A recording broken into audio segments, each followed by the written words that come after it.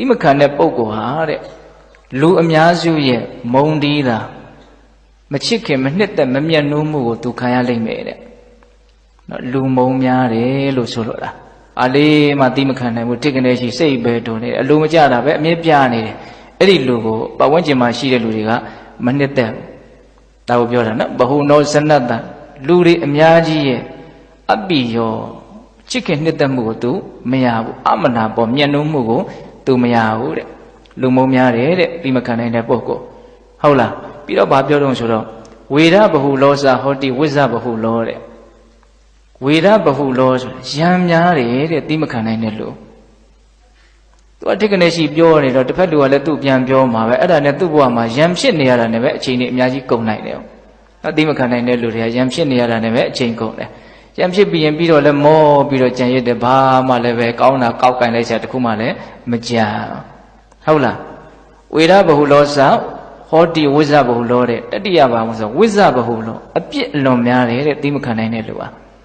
တိမခံနိုင်တော့ပြောချင်ရင်ပြောမှာပဲလေနော်ယုံညံ့တဲ့ဝစီကံတွေအများကြီးဖြစ်နိုင်တယ်ပေါ့အထူးသဖြင့်နော်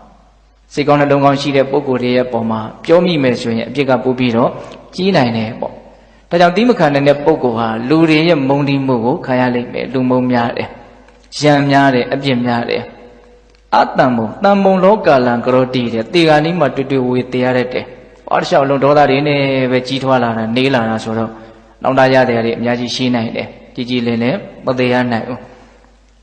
ဘဝရဲ့အနေအထားတွေကိုစီစစ်ဝေဖန်ကြည့်တဲ့အခါမှာနေစဉ်အခါမှာဖြစ်တဲ့အခက်ခဲတဲ့သေစဉ်အခါမှာဖြစ်တဲ့အခက်ခဲကပိုးပြီးတော့အများကြီးကြီးကျယ်တယ်အဲ့ဒါတော့နားလည်ဖို့လိုတယ်နော်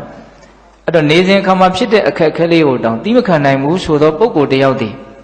တေဂာနီးမှာဖြစ်မဲ့အခက်ခဲကိုသူသိနော်နေစဉ်တိမခံနိုင်တဲ့ကိစ္စလေးတွေကိုပြန်စဉ်းစားကြည့်လေကောင်းတယ်အားလေးတွေကိုတိမခံနည်းနည်းလေးကိုမခံနိုင်ဘူးခက်နေတာလူတွေကအများကြီးကိုမပြောနဲ့နော်အဲ့မြေကြီးလောက်ကြီးလောက်ရမယ်လို့မဆိုလိုပါဘူးဟုတ်လားအဲ့ဒါကဘုရားလောင်းသူတော်ကောင်းကြီးများအထွတ်အထိပ်ကျင့်ကြတာပေါ့နော်အဲ့ဒါလောက်ကြီးမဆိုလိုပါဘူးဒါပေမဲ့လူတွေဟာနည်းနည်းလေးတောင်ပြောလို့လည်းမရဘူးပြင်လို့လည်းမရဘူးများသောအားဖြင့်ဟုတ်လားအဲ့တော့နေစဉ်ခါမှာတွေ့တဲ့အခက်အခဲလေးတွေတောင်တိမခံနိုင်တဲ့ပုံကိုယ်တယောက်ဒီသေစဉ်ခါမှာတွေ့ရတဲ့အလွန်ကြီးကျယ်တဲ့အခက်အခဲနဲ့တွေ့ရင်သေချာပေါ့